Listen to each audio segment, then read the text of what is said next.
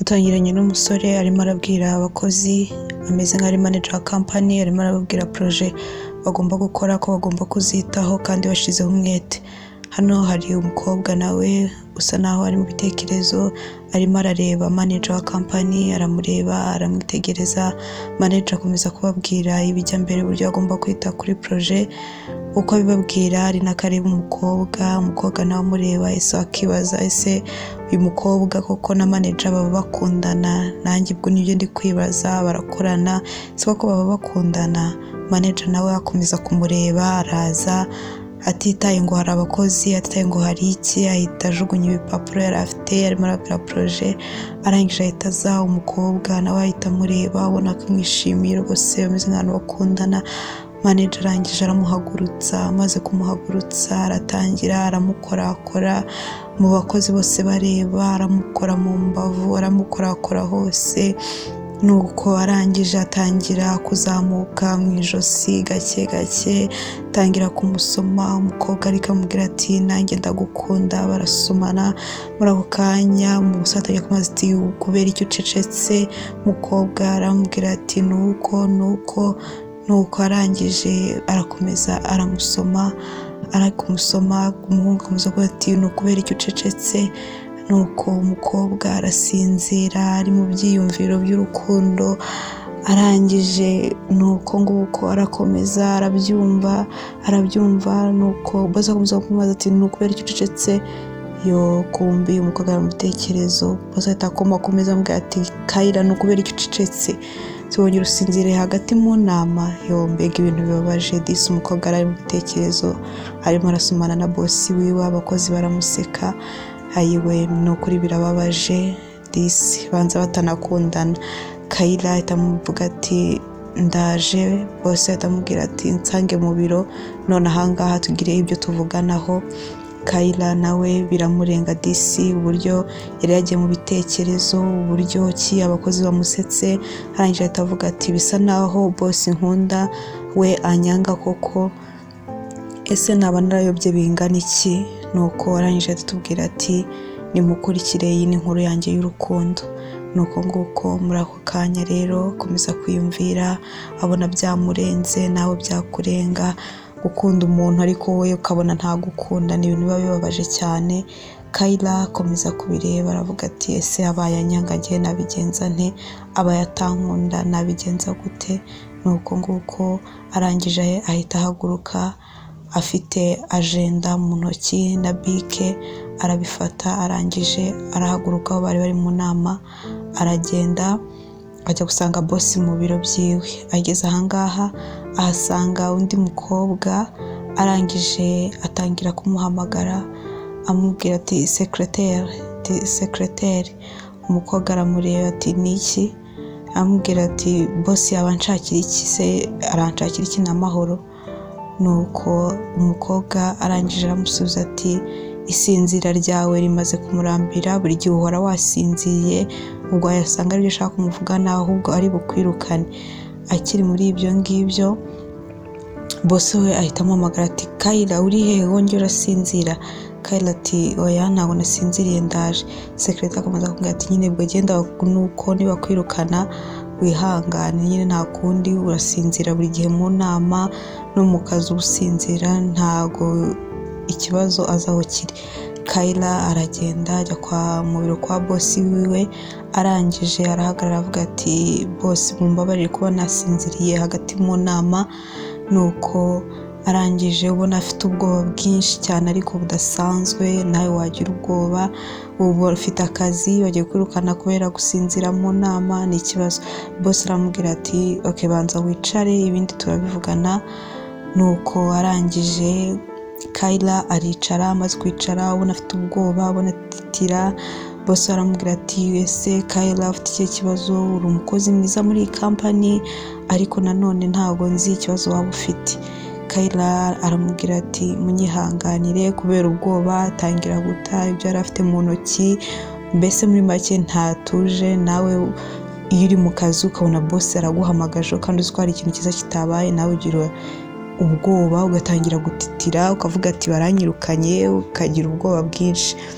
Kayira arangije ambwira ati mumbabarire boss, ntabwo nzongera gusinzira. Muri ako kanya atangira noneho gufata bike arashushanya.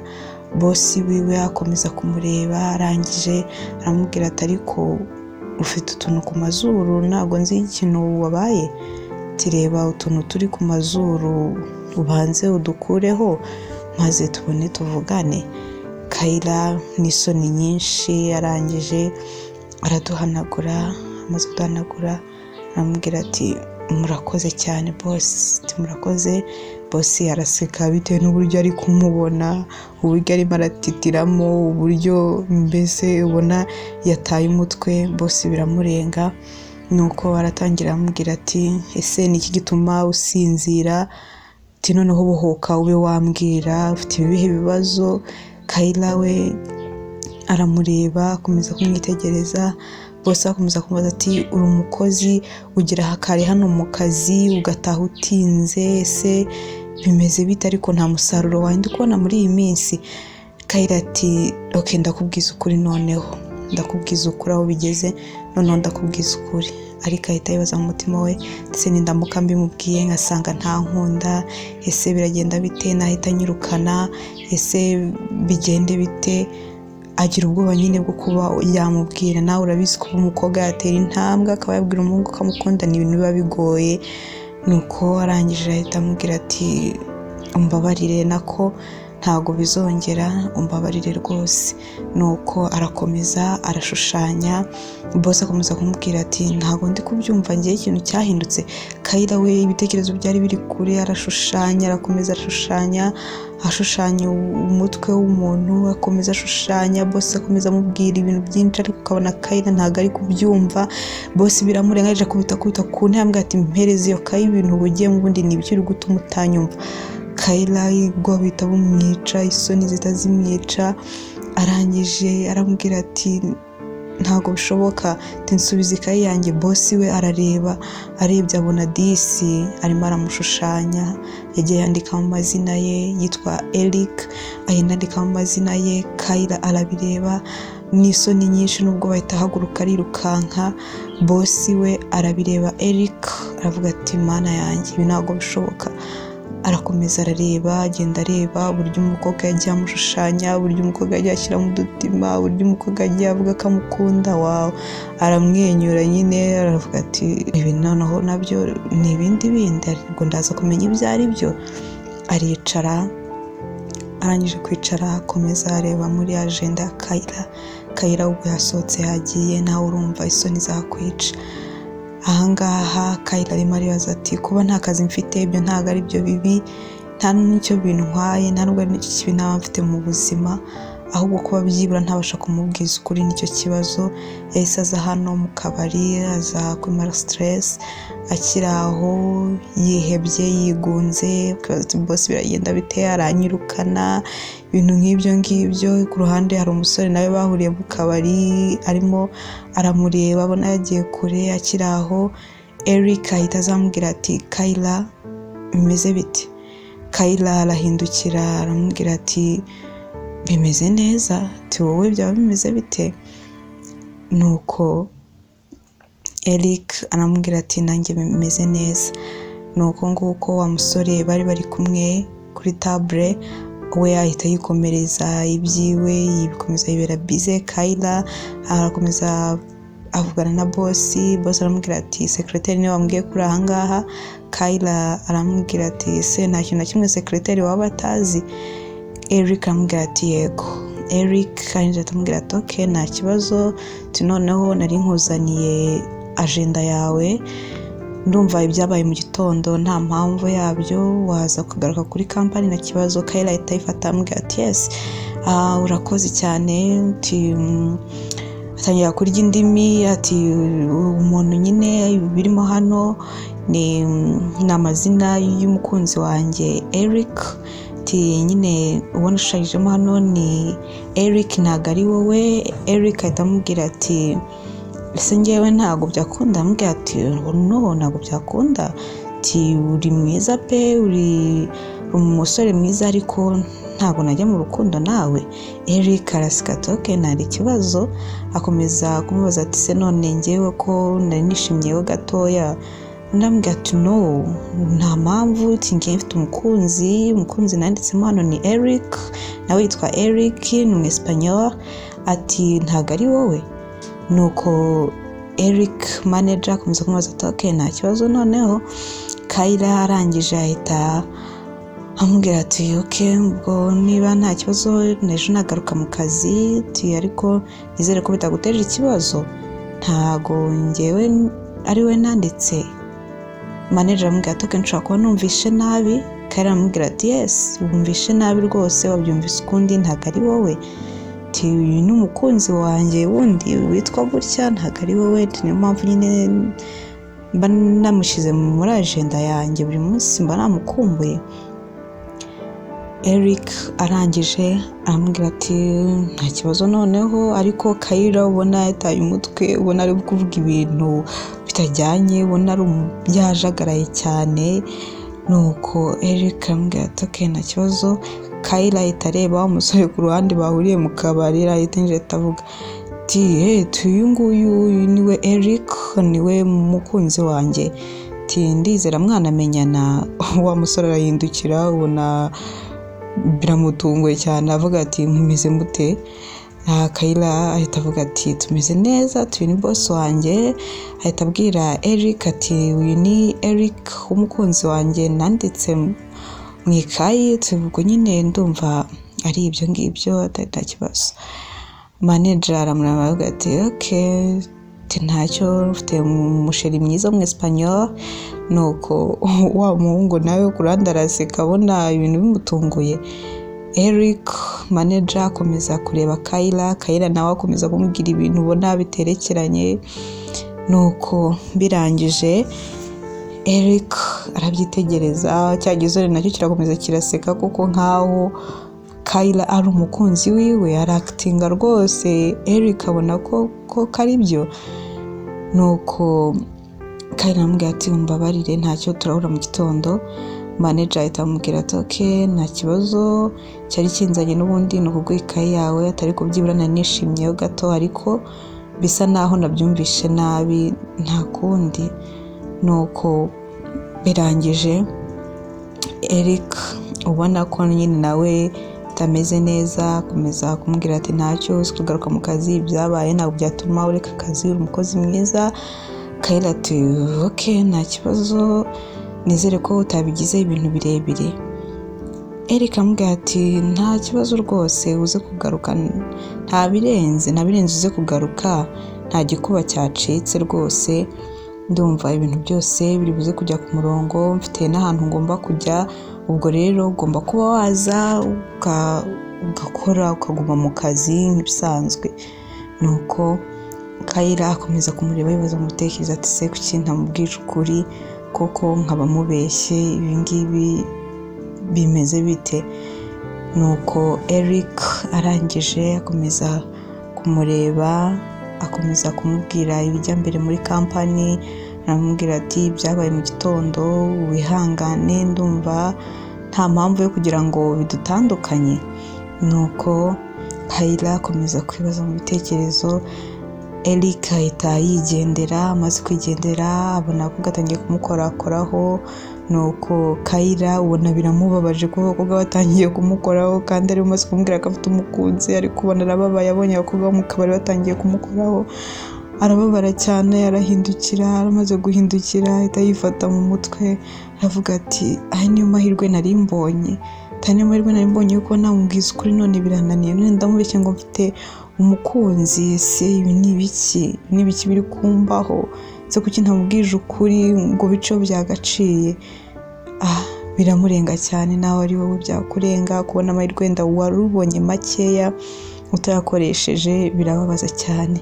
Wa musore wari mu kabari amuzanira icyo kunywa, amubwira ati nywere mwana, inywere nyine nta kundi wamubeshye. Kayla biramubabaza cyane, biramubaza ukuntu byibura amahirwe yarabonye yuko bavugana atabashije kuba yamubwiza ukuri. Bukeye mu gitondo Kayla ati ngiye mu kazi, ariko ndumva ari cyo gihe cyo kuba navugisha ukuri. Aragaruka mu kazi mu gitondo, aza mbese ubona adatuje, abantu bose agenda ubona abakoma, ibyo bafite abigwisha hasi, mbese ameze nk'umuntu ujagaraye muri we, umuntu udatuje. Arangije ahita aza ahangaha, araza muri office ya Eric manager. Arangije abaza sekreteri wiwe, aramubaza ati igitondo cyiza. Ati na gitondo cyiza. Ati manager Eric ari he? Undi aramubwira ati ari mu nama. Nuko Kayla aramubaza ati ese iyo nama irarangira ryari? Ati tube twahura. Sekreteri aramubwira ati iyo nama rero yagiyemo ndumva iri butinde. Ati nyine irarangira ryari? Mbwira menye uko mutegereza nuko bimeze. Sekreteri aramubwira ati ninarangira ntaribona umwanya kuko turi busohokane. Uyu munsi yambwiye ko akeneye ko turi busohokane tukajyana. Kayla biramubabaza, amubwira ati ibyo ni biki? Murasohokana hehe? Ibyo ntabwo ushaka gukunda. Nuko sekreteri aramubwira ati rero birakunda. Umukobwa nkawe usinzira se ko numva wafushye. Umukobwa warayasinziriye mu kazi. Rwose turasohokana, nava mu nama ndumva mutari bubonane. Kayla biramubabaza cyane, ubona arafushye, ubona biramurenza, amubwira ati mbwira nyine ari hehe, nkeneye kubanza kumubona mbere yuko mugenda. Sekreteri aramureba, arakomeza aramuseka, ariko Kayla yari yababaye, ubona ko noneho akeneye kuba yamubona. Nuko sekreteri arahaguruka, araza ajya imbere ya Kayla, aramubwira ati ibyo byibagirwe.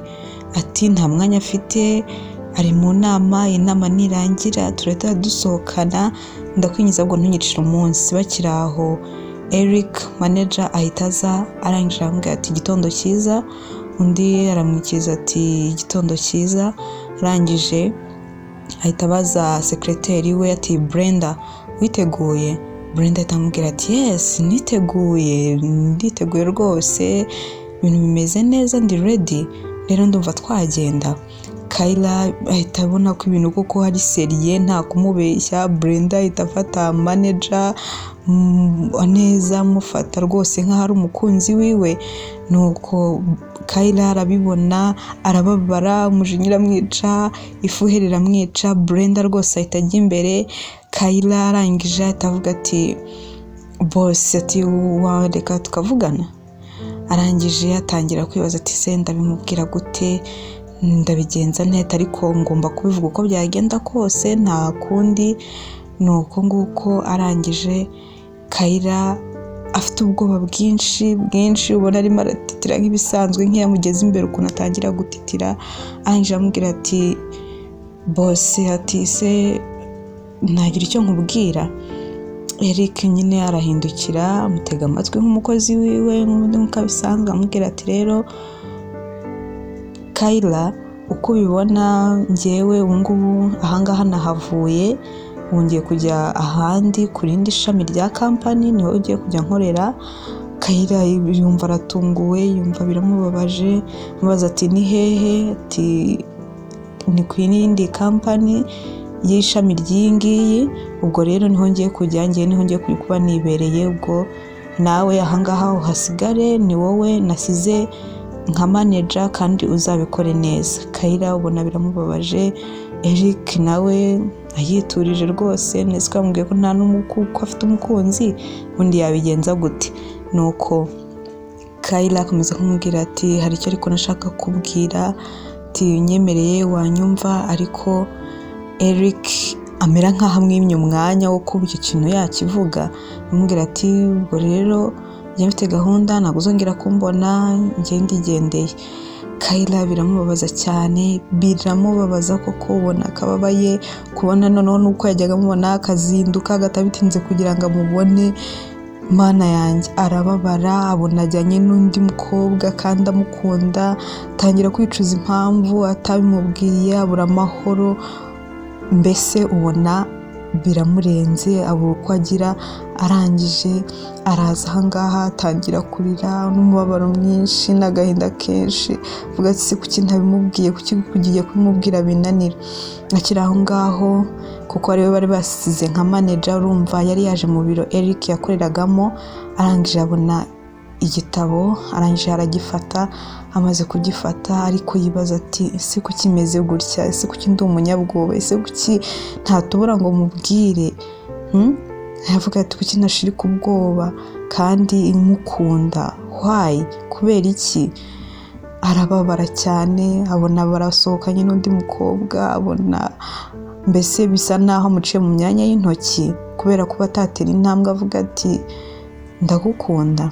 Nuko arangije kubumbura cya gitabo abona aho yagiye Eric amushushanya avuga ati Kayla, yandikamo amagambo meza. Kayla atangiye kuvuga ati tireba ni njyewe, ahantu hose ni njyewe, ahantu hose nawe yarankunze, ibintu nk'ibyo ngibyo atari kakanga kubimbwira kubera ko ari umukoresha wanjye.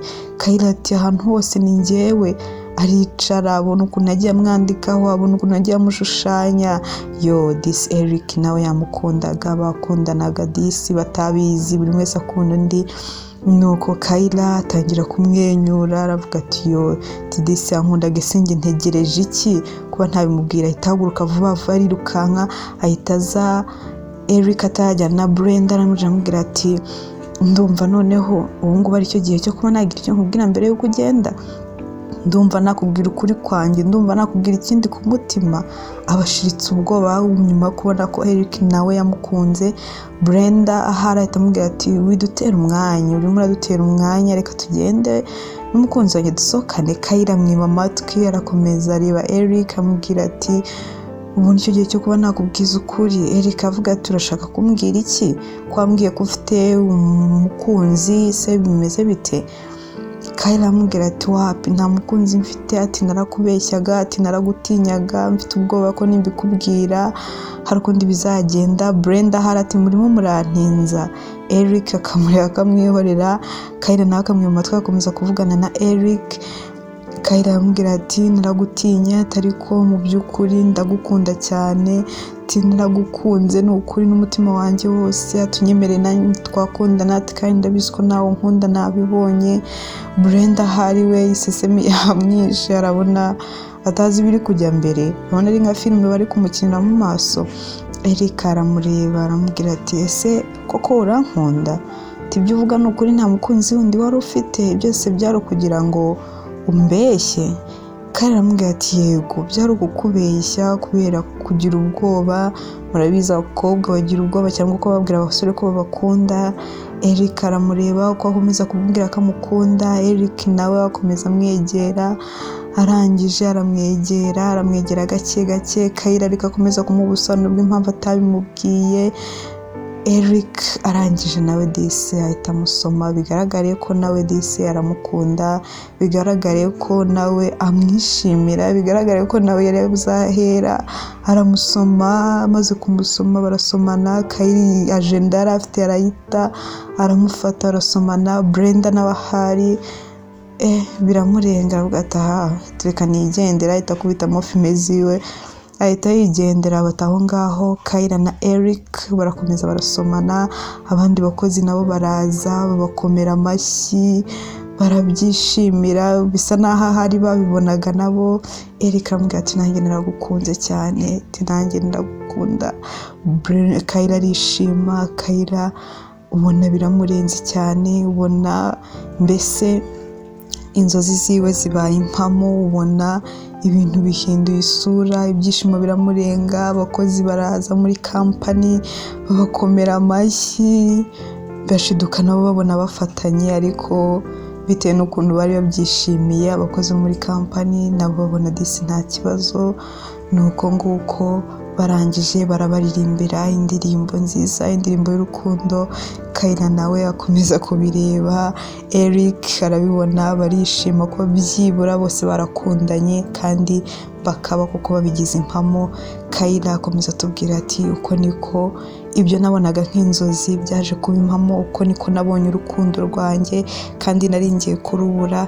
Ati rero murajye nyine mukunda kuvuga ukuri, muvuge imbamutima zanyu, muvuge uko mwiyumva, hato ibyanyu bitazabacika.